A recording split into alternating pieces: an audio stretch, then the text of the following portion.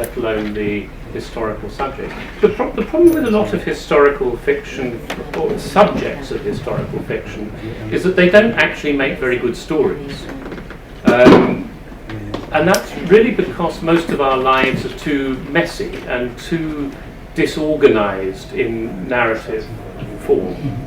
And it takes a very, very tactful writer to extract the essence of a story from a historical situation or character and have the courage to distort it as need be. And if you don't do that, there is always a danger that you will write a book that is true to the character but may not actually be a very good story. I don't know how you feel about that conundrum. I mean, would you simply lie if the facts were not going to fit your story?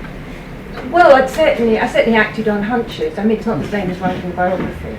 If I'd been an art historian or a biographer, I wouldn't have had some of the extremes of what happens. For example, there's a wonderful Richard Dash drawing, which I'm sure some of you know, called A Child's Problem, which is very mysterious.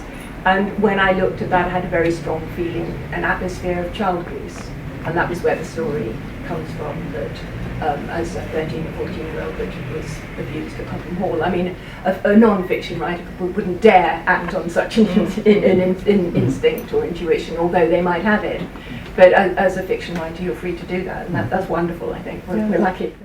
Well, I did something very similar, really quite strikingly dangerous, because I noticed that Trix had a tremendous breakdown in 1898, and it was just before, a few months before, very close to the moment at which Josephine, Kipling's daughter, died, and she was already tinkering with spiritualism, Trix was, and reading in the crystal ball.